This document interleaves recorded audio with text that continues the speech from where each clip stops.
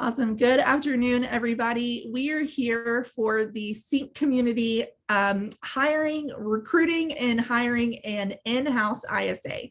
So let's talk about what the purpose of this webinar is going to be. For anyone who is just joining us, my name is Kayla Priest, and I'm on the CINC live events team. I've been a CINC trainer for the past 4.5 years. Last year celebrated my 5th anniversary, or excuse me, last month celebrated my 5th anniversary with CINC. And I'm really excited to bring this topic to you today because I know it's something we get asked about a lot. And this is something that those who are really trying to grow a team or even a brokerage are always looking for tips and tricks on how do I make sure I make the right hire? Do I even need an ISA? So we're going to talk about all of that. Now, today is all about how do we recruit and hire. Next week on June 14th, we'll actually be hosting a follow-up to that, talking about now how do I manage my ISA. So this week and next week are kind of built to go together. So this week it'll all be about how do I find an ISA, how do I make sure that I'm finding the right person, and then how do I actually interview and get them on the team. And then next week it'll be how do I now manage them now that they're on the team.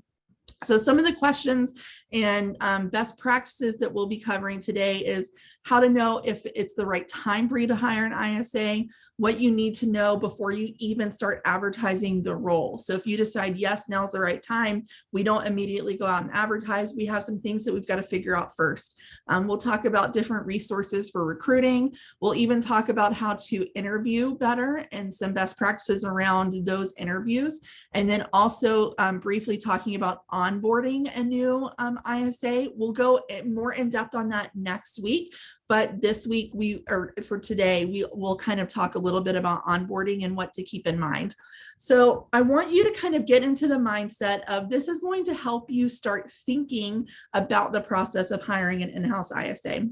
We're not going to solve any real problems today other than get you on the right track of thinking about the things that you need to figure out, the things you need to know before you bring on this new person to your team. Now, if you are someone that already has an in-house ISA and maybe you're thinking, do I need another? Maybe can I overhaul anything about how I work with my ISA? This will still work for you as well, and maybe get you kind of thinking on some processes that you can overhaul so you have an even better working relationship with your ISA. So let's first start by talking about, do you need an ISA? What is an ISA? Because I think sometimes we hear things and we think, well, oh, if they have an ISA and it's working really well, maybe I do, but we don't really know what we want them to do or what they should do. So ISA stands for an inside sales agent or associate.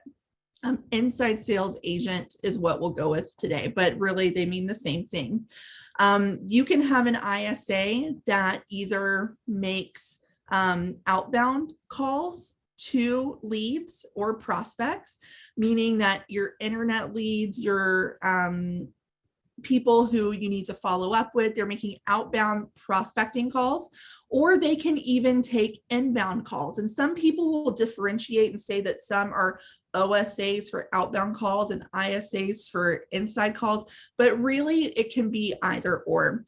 This is just someone who is going to make prospecting and follow-up phone calls and attempts to set appointments for your agents. So this is not the same as an agent making their own prospecting calls and follow-up calls, setting their own appointments.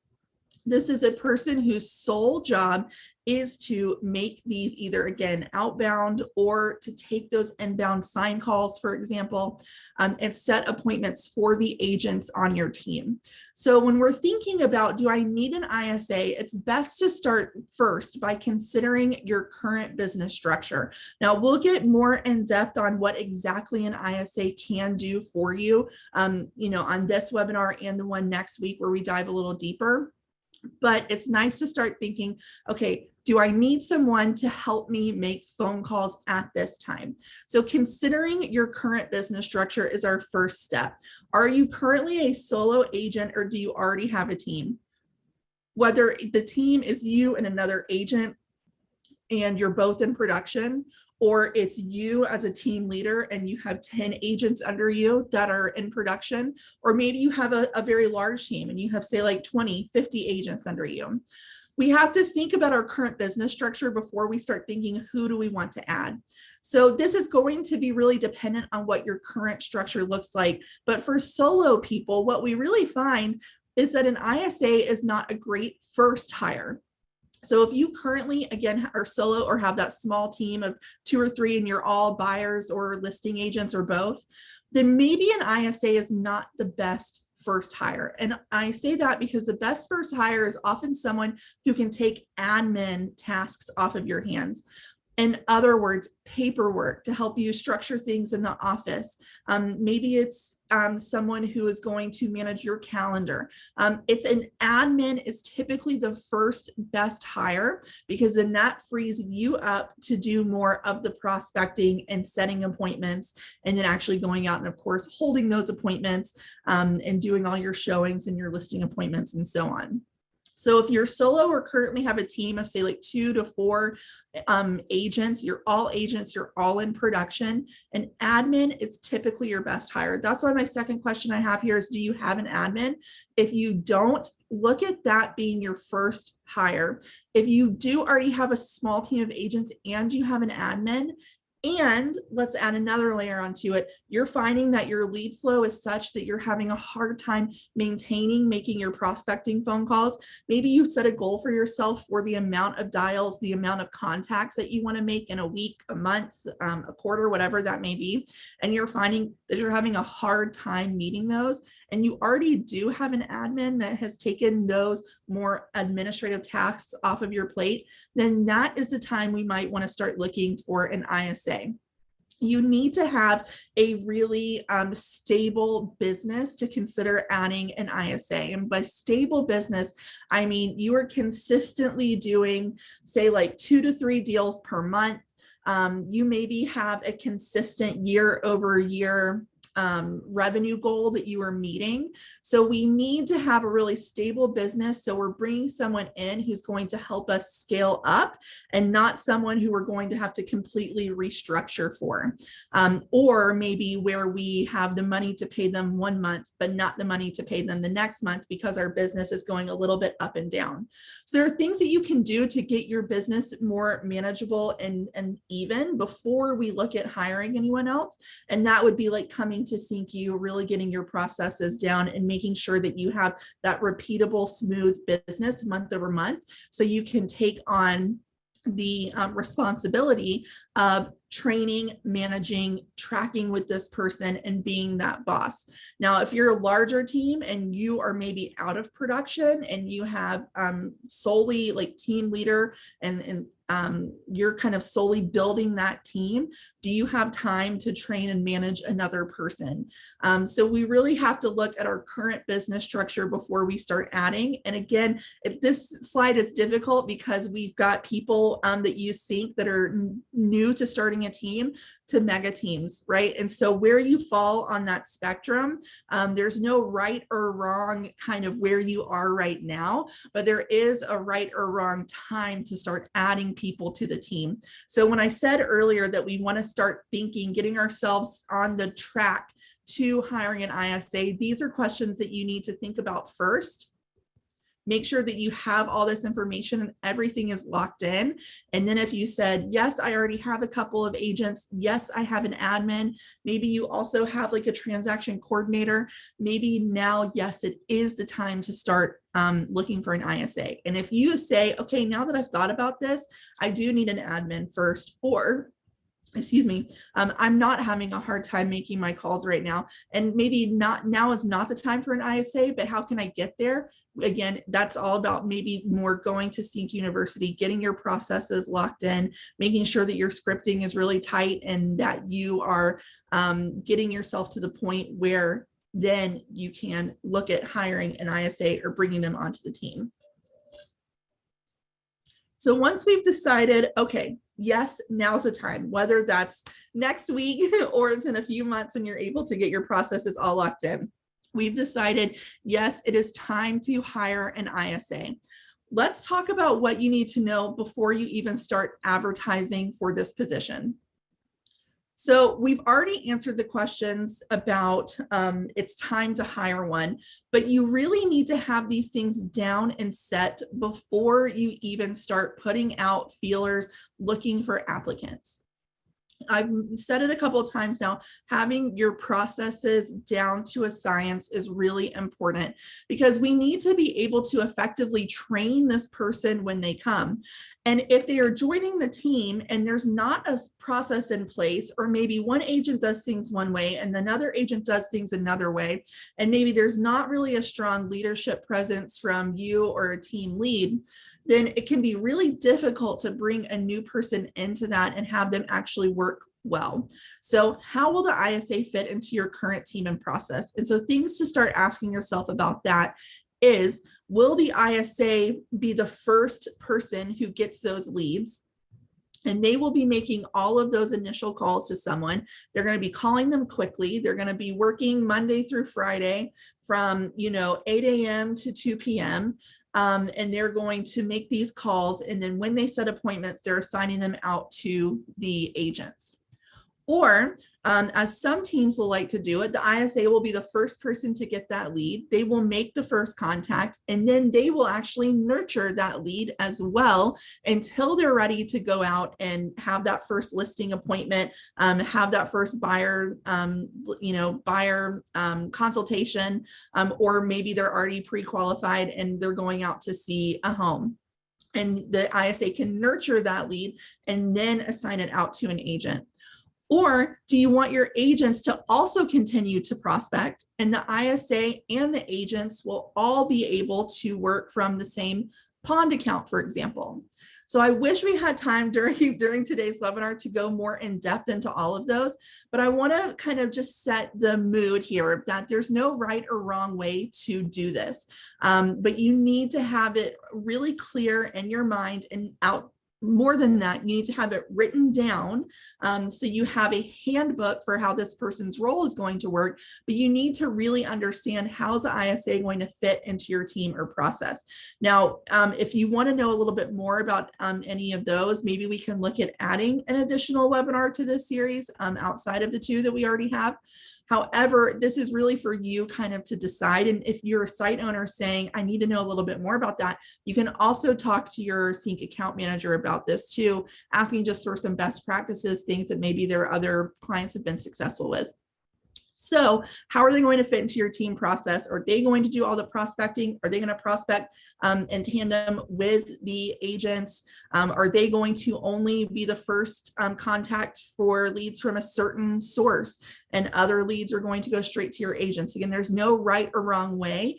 You just have to decide what your way is going to be, knowing that maybe you try something out for 3 to 6 months, and if you're not really seeing the results that you want, then maybe we try something different, right? We always want to be flexible, but we need to have a really clear-cut path for this first few months. If you currently work with an ISA and you think your process works really well, and you want to put that either into the chat or the Q&A for me, where the same place you would put your questions, and you're here with me live, I'd love for you to share that with me, and maybe we can talk about some of those scenarios at the end. So the second thing we need to know is, how will they be paid? So this is a question that we get a lot. I want to hire an ISA, but I don't know how the pay structure should work. So again, from the slide before, talking about how you need to have that consistent, repeatable, kind of scalable business month over month, year over year. So you know that you can take on the responsibility of another employee. Just knowing the pay structure itself is going to be something to figure out.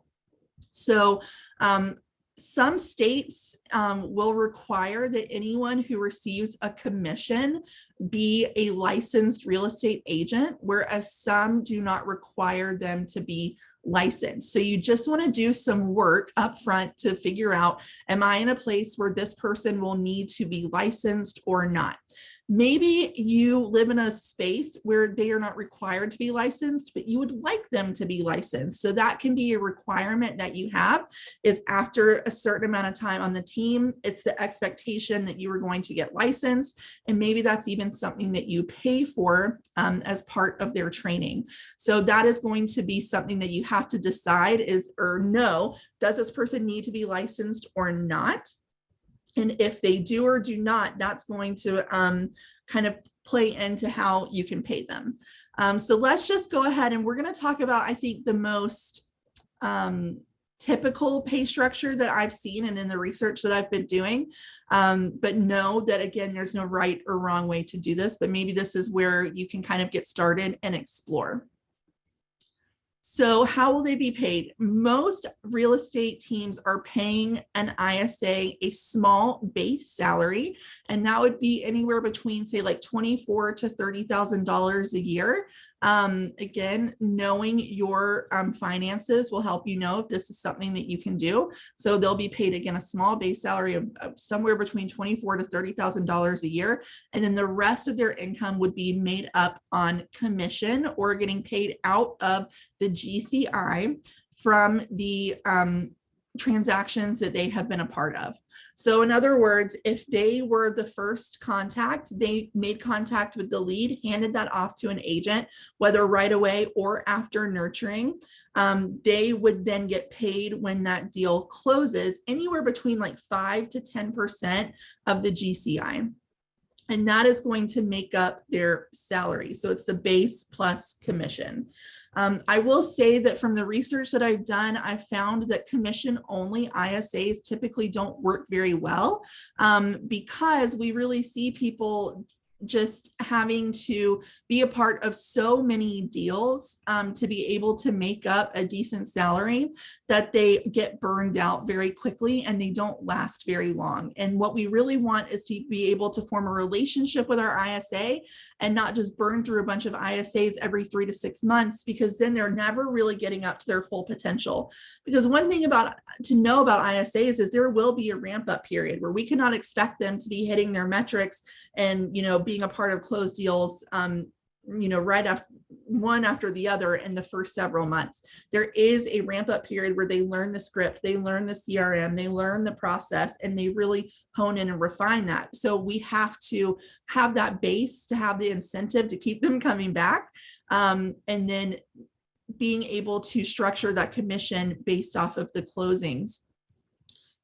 There are some teams that are successfully paying for appointments kept. So in other words, a little bonus on an appointment made but kept of like $50 to $150. What I've seen that does not work is paying for a set appointment, because then we find that the appointments are not that much, are not as such a high quality. Because if we're getting paid on just setting an appointment, we may be rushing to set that appointment before we've really been able to show or demonstrate the value of meeting with an agent at that time. So you can do bonuses along the way, maybe for even contracts signed. So if they're able to get someone to the point where they sign a contract with the agent, then you might want to bonus them on that, just in case something maybe does happen with the with that deal. As we know, sometimes deals just blow up for whatever reason. So again, it's a small base salary and then commission or bonuses, right? So what you call that may depend on how it, the regulations in your area about, is this person licensed or not? But this is something that you need to have in place. You need to be able to look at your team's production, know how much you expect in GCI you expect to do for the year, and go ahead and work out what is the lowest and the highest that this person could possibly be paid. So if we want to say you could make up to this amount, actually know that number because you looked at the base salary plus 5% of the GCI of your team and be able to tell this person this is what you can make, but also being honest and saying that this is maybe what you can make after 12 months or after 18 months, and letting them know that, the first 3 or 6 months may be a slog as we both get up to speed, and you really ramp up to your highest production. So just the same as when you start as a new agent and you maybe have to float yourself for the first 3 to 6 months. Are they able to do that? You really need to know how they will be paid and the potential payment that they can receive for people to know if they're able to do that. I have this quick question from Ron about the correct link for the recording of the webinar. Just in case you have to leave early, I'll go ahead and say that again. It's cinccommunity.com/recordings. So recording with an S on the end, cinccommunity.com/recordings. So another thing to know is how they'll be trained. So you need to have a process in place for how they're going to be trained. We don't need to be hiring someone and then figuring out their training as we go. There needs to be a system in place where we are letting them know not only what our culture is, so they're trained on the culture of the office, but they're trained on our systems, whether that's CINC, whether that's another place where you do tracking, what are their processes that they're going to be using, and training them on that. It's training them on the scripts, and it's training them on anything that's going to go into their day-to-day tasks and processes. Knowing that in advance is really important. Whether you already have a training process mapped out for another role or not, if this is your first time hiring an ISA, or you already have an ISA and maybe you feel like the training lacked a little bit, you maybe want to check out something like Trainuli, which is essentially a platform. It's called a learning management platform, or LMS. You can even Google, good real estate LMSs. That's for learning management system. And that's where if you really want to scale and be able to continue to build your team, that will give you the ability to build out an internal training system for different roles within your team or your brokerage. So we really need to have that in place before we even consider bringing someone in. And then we need to know, how will their success be measured and tracked? Meaning, not only their success, but also just their progress. So what are the benchmarks that we feel are important to be tracked? And that's going to be contacts. It's going to be appointments kept and appointments met. It's going to be, whenever I see a question, I always lose my train of thought. I'm so sorry. It's totally fine. It's not your fault. It's totally me. It's a me thing. It's going to be how many of when those appointments show up and are kept. It's going to be how many of those go into getting either a buyer brokerage agreement signed or a listing agreement signed. It's going to be, of those, how many go on to get under contract, either on the listing or buy side, and then of course how many close. That's going to help for them what you can really demonstrate in the beginning is important. And then also helping to find where links may be broken along the way. Now, I've mentioned that next week we're going to be talking about how to manage your in-house ISA. The week after is going to be our Who Do I Call Today webinar. And that's where we go really in depth on the process of prospecting and following up, how to keep accurate notes, appointments, reminders, follow up, and all of that in the CINC CRM. That's part of this kind of ISA series, because your ISA will be following those processes. So that'll be really great for you as you help figure out what metrics do I need to track, and then also a little bit about how to train them. So the question that threw me off because of me is, what was the system name again for training? That's Trainuli. So a little bit of a mouthful, but you can also just Google like training LMS. And again, that stands for Learning Management System. And please don't apologize for throwing me off, because you didn't throw me off, I did. That was my own brain that did that. So this is going to be what to know before advertising. If you feel like I've missed anything here and you want to add it so everyone else watching can know what else maybe we need to consider, then I'd love to hear that from you too.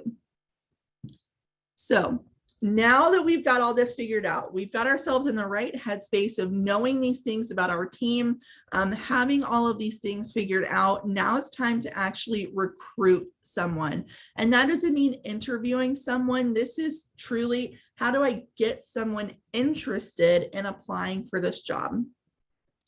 First thing I think a lot of people overlook is that they don't consider their sphere for recruitment purposes. So if you've been to CINC University in the past couple of years, you have met the team of Lance Simpson and Matt Feathers. If you have not been, you need to get there. But Lance is a site owner, and then Matt is his operations manager, and they both train at CINC University for us.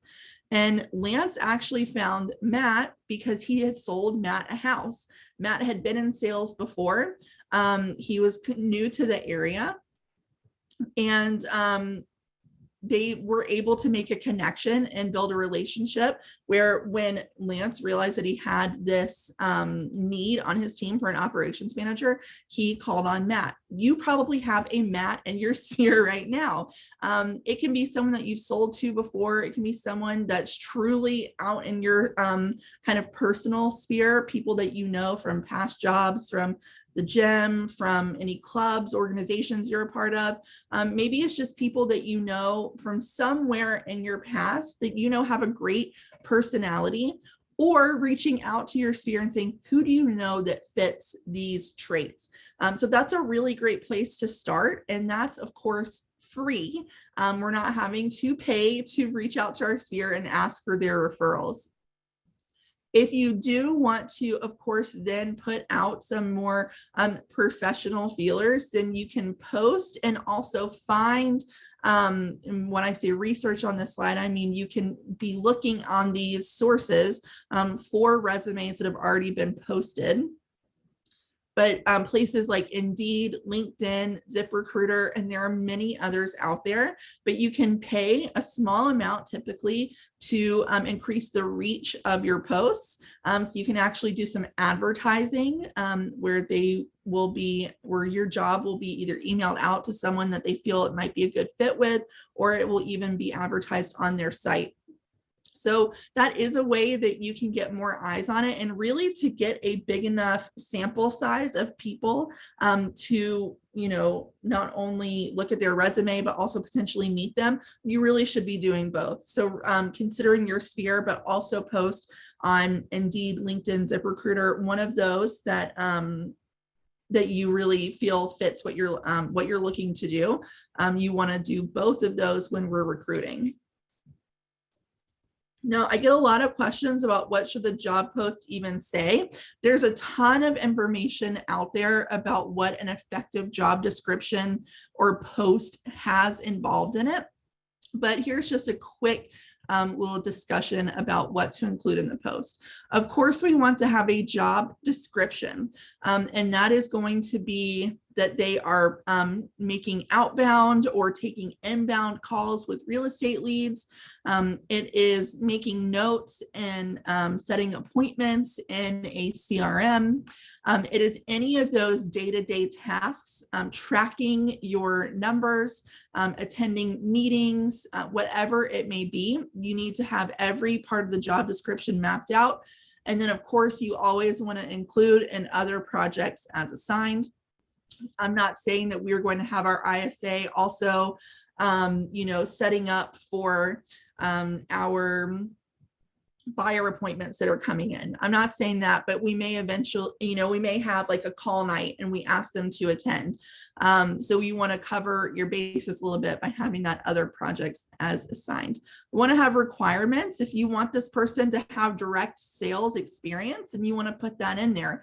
If you are looking for someone that has real estate experience, put that in there. There are two schools of thought. Some team leaders that I've spoken to in my research love having someone with real estate experience, and some prefer someone with more just direct sales experience or the right personality. And so I've seen a lot of ISAs come from the hospitality background because they're typically really great at speaking to someone.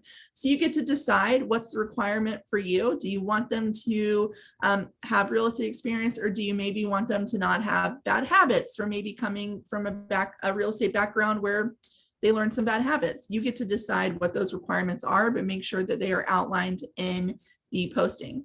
You also want to put the salary and benefits in as well. And I don't mean benefits like PTO and like insurance. Of course, if you have those, great. But I mean the benefits of working for your team. So do you guys do team outings? Do you have service days where you do service in the community? Do you get a stipend for, professional development? Any of those things that are a part of being of your team, make sure you list those in addition to the salary, letting them know that this is a base salary of X and a bonus structure of XYZ. And then letting them know you can make up to that certain amount within the first 6 months, and maybe, a certain amount up to a year. You really want to be clear about that. You're going to discuss it again in person, but we don't want to bait and switch someone by saying, like, you can make 6 figures. And then they come in and you say, well, actually, your base salary is $30,000. And all of a sudden they're thinking,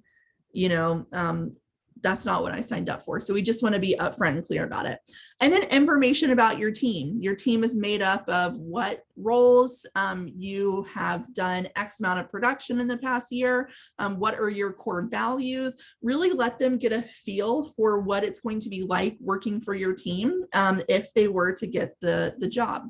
So all of that is really important to put in the job post. And again, because we only have a limited amount of time today, I cannot give you any of those examples. However, if you do some Googling about ISA job descriptions, there are some really great posts out there that you can pull bits and pieces from different articles and really make sure that you are putting the right foot forward when you're finding your applicants.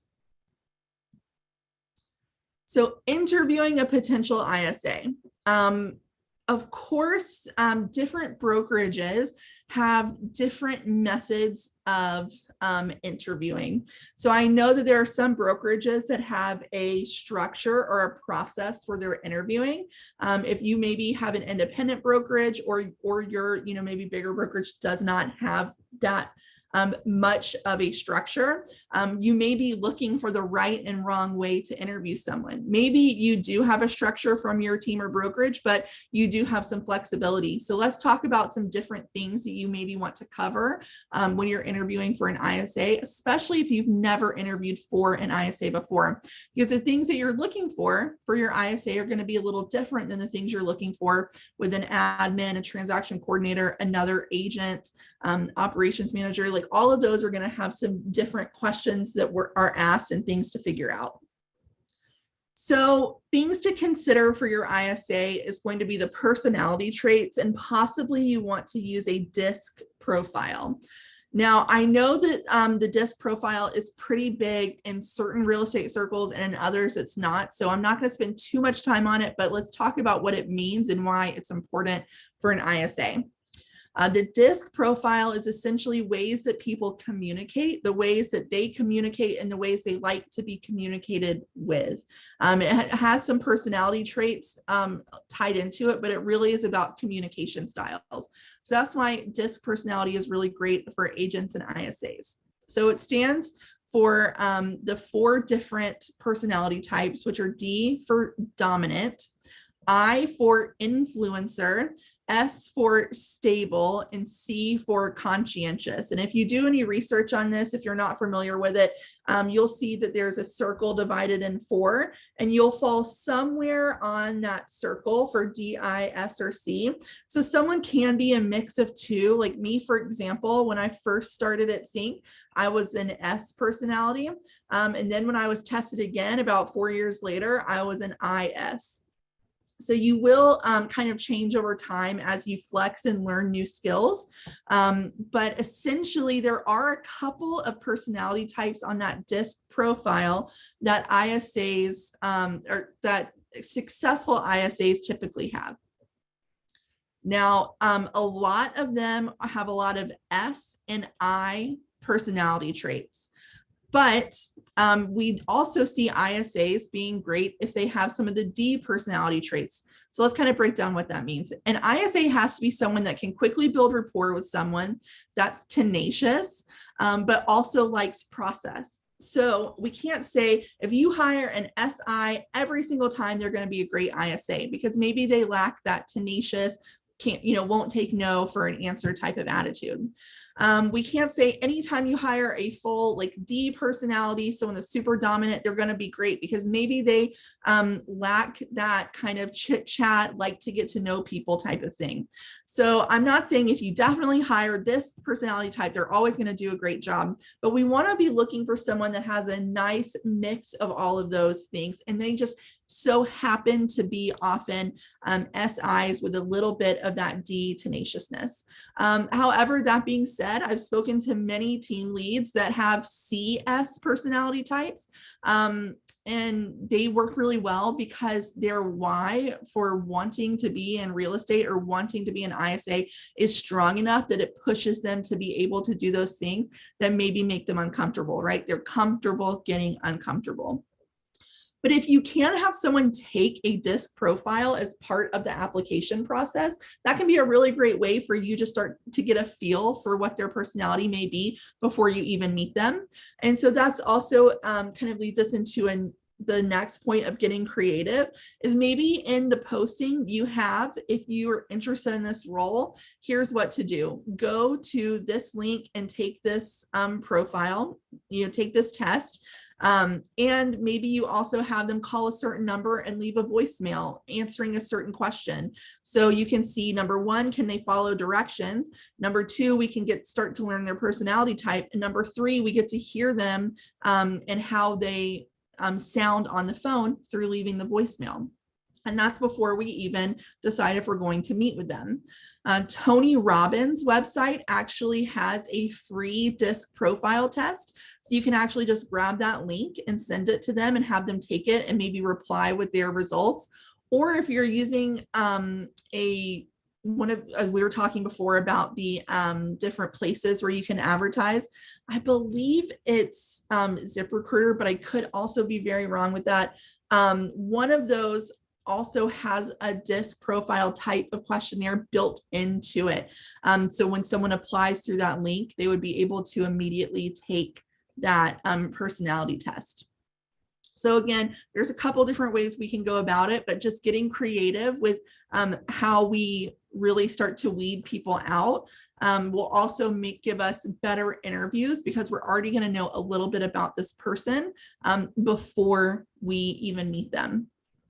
One thing that's really important to do once they clear all those hurdles that you've given them is to not just go off of what they say in their interview, but let's get them actually role-playing scripts with us. So give them the script.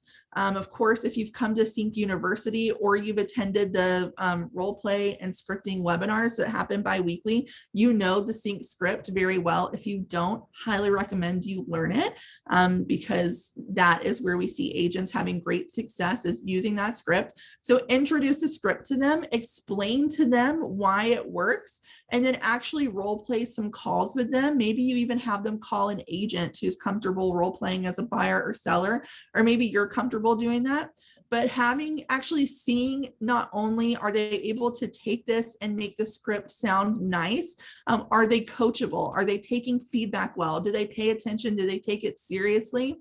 Do we see potential, essentially? And so this goes beyond just asking questions about, like, tell me about a time you did this. What do you consider your biggest strengths and weaknesses? Like, of course, those popular interview questions are popular for a reason, but for this type of role, we want to go a little bit deeper and getting creative, having them role play, maybe even give them, a list of 5 people to call, whether you give them a FSBO script and you give them 5 FSBOs to call, or whether you want it to be maybe some older leads that are in the system. You get to decide what you want them to do. At the very minimum, I would have them leave a voicemail as part of the application process. I would have them do the role play when I'm interviewing them. And if I want to go even further, once they've cleared the role play, I'm not going to give them a live person to call until they've cleared the role play with me. I want to really see how they do on the phone. You also can give someone the opportunity to ask you questions, of course, but you can also give them the opportunity to ask questions of people on the team so they can start to understand how they would fit into the team and what type of personality the agents on the team are looking for. And that just gives not only you the opportunity to see how they interact with the team, but it gives them an opportunity to see if they feel comfortable and could really find a place on the team. So we want to hire slow. I think a lot of the mistakes that a lot of agents and team leads make when hiring an ISA is they hire really fast because someone really wows them. They give them 3 months to make a big splash. And when they don't see a lot of results in 3 months, they fire them. That's really not what we want to do. We want to hire slowly. And by that, I mean, take our time, get enough applicants in that we have a nice sample size, do these steps, these creative steps, give them time to get to know the team. You get time to get to know them. And then we want to give them the time to produce. Remember, there is a ramp up period with an ISA, just as there is with an agent. But especially if someone has never made live prospecting calls before, there's going to be a ramp up time. So when we take our time to make that hire, we are going to put ourselves in a better position to see that person stay and play out those first, 6 to 12 months as part of the team. Once we've given someone full time to ramp up, and this is something we'll talk about in our next part of the series next week on June 14th. But once we've given someone time to ramp up and we see that they're not working, we'll talk about ways that we can overcome that, but we have to give someone time.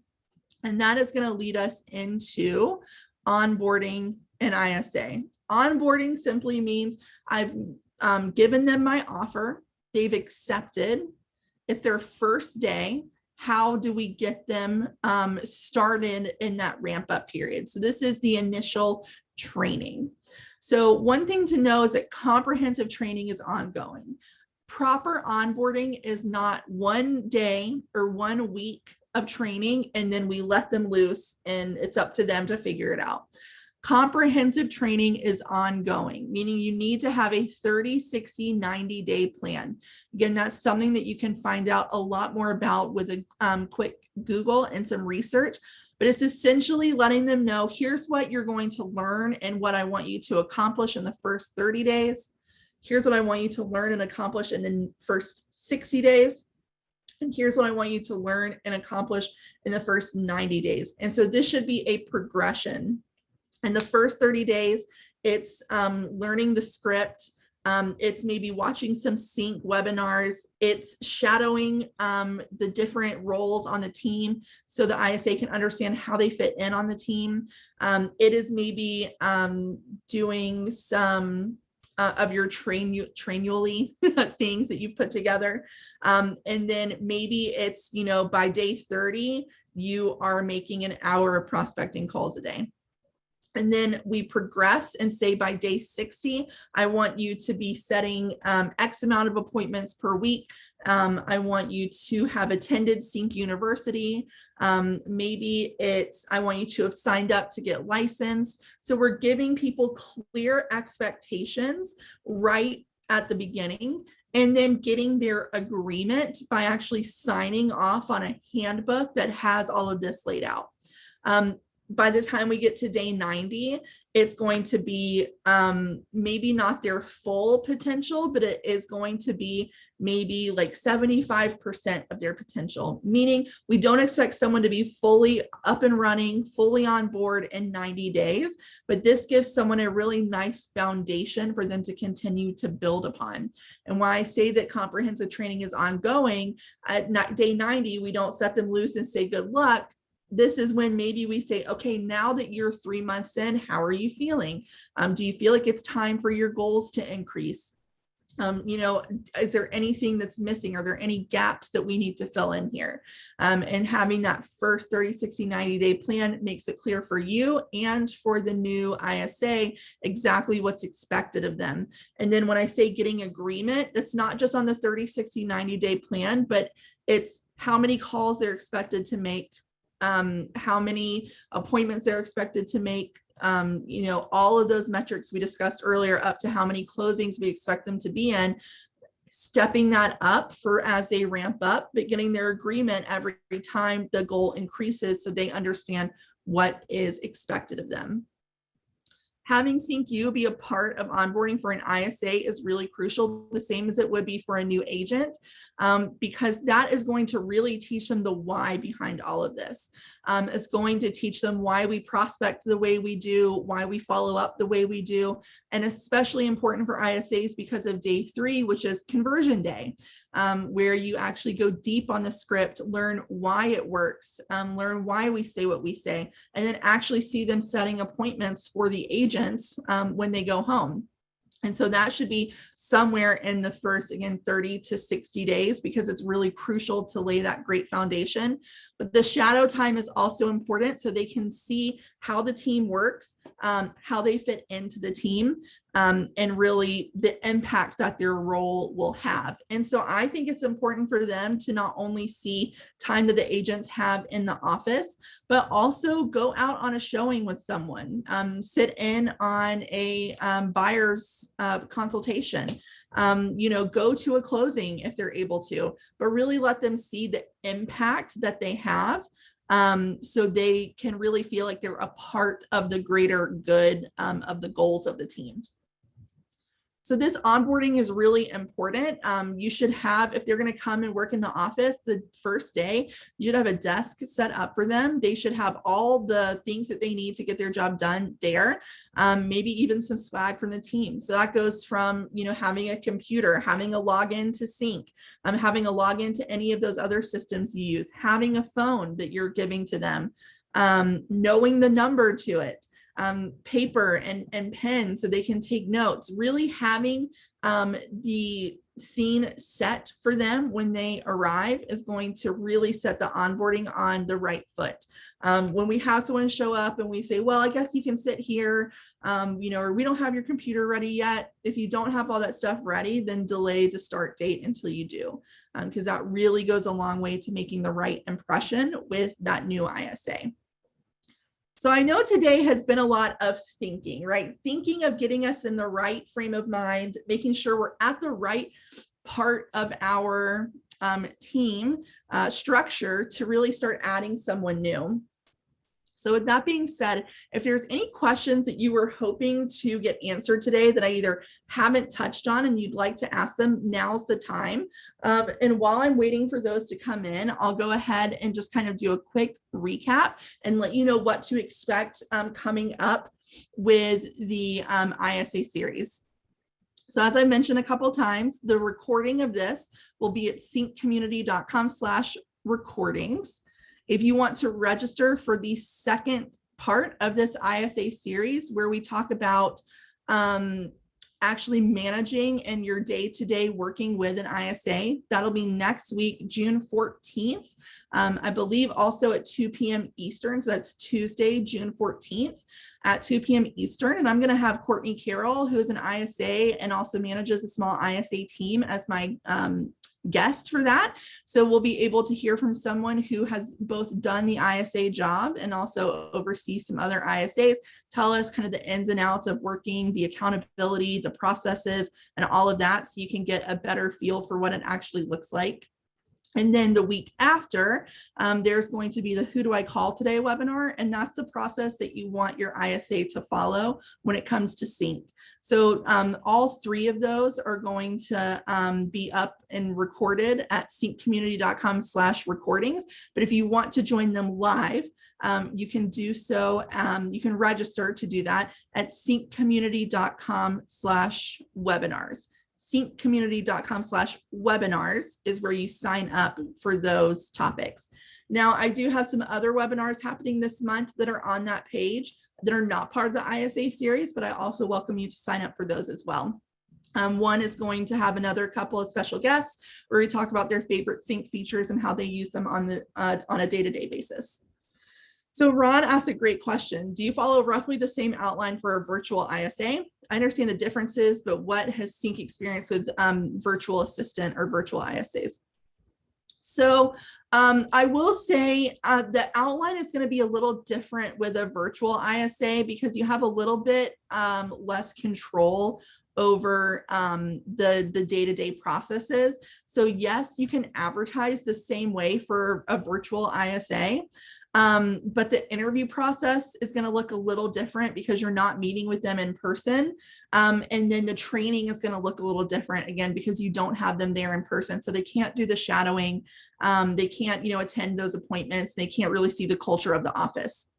So the reason that I focused on an in-house ISA here is because we see the value of an in-house ISA being much greater than a virtual one. That being said, if you maybe are thinking, I need an ISA, but maybe my business isn't quite so stable yet, I don't maybe have the ability to, to take on the responsibility of paying someone that base salary plus the bonus right now, and I want to start with a virtual ISA, there's absolutely nothing wrong with that, but I want you to work up to having that in-house ISA because the value is just so much more. The ROI is going to be greater. And yes, the cost is going to be more, but when you have more control over the script that person uses and the process that they use, then you're really going to see, again, just a better return for that. So there are going to be some differences when you're hiring and onboarding them, because again, you just lose a little bit of control when they're virtual and not there with you, especially if they're overseas and there may be just, a little bit of a language barrier. There might be more of a ramp up time when it comes to production. Because the training is just going to look a little different. So if you can work your way up to having that in-house ISA, and then of course, even your in-house ISA team eventually, if you hire more than one ISA, that should be the goal. If you need a virtual one now, understand. I totally understand that, but work your way up to having an in-house one. And I have a question. What conversion rate do you expect? That question is too hard to answer, which I know is not a good answer, but it's because there's just so many variables, right? The process that the person uses,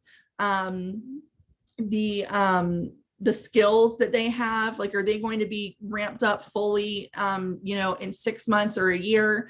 Are they working new leads or old leads? Are they working internet leads or referrals? Are they holding the nurture process, or is the agent? Like, there's just so many different things. I have seen a statistic floating around, and I'm going to try to track down the source of it. The reason I didn't have it in here is because I couldn't track down the source. So I will say take this with a grain of salt, but I saw in a bunch of my research that teams and brokerages that reported using an ISA were saying that they were getting at least 5 times ROI on the ISA investment, meaning that the ISA was, they were making 5 times the ISA's salary as a result of working with the ISA.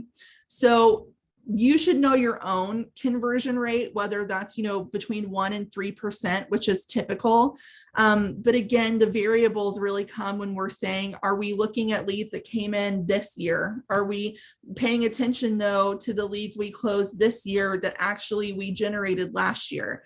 So the conversion rate can be a far-fetched number to find, because again, there's just so many variables. And the ISA is going to help you set more appointments that lead to more closings. But again, there's too many variables for me to say you should be able to expect a 3% conversion rate from your ISA. I just can't, because there's too many unknowns.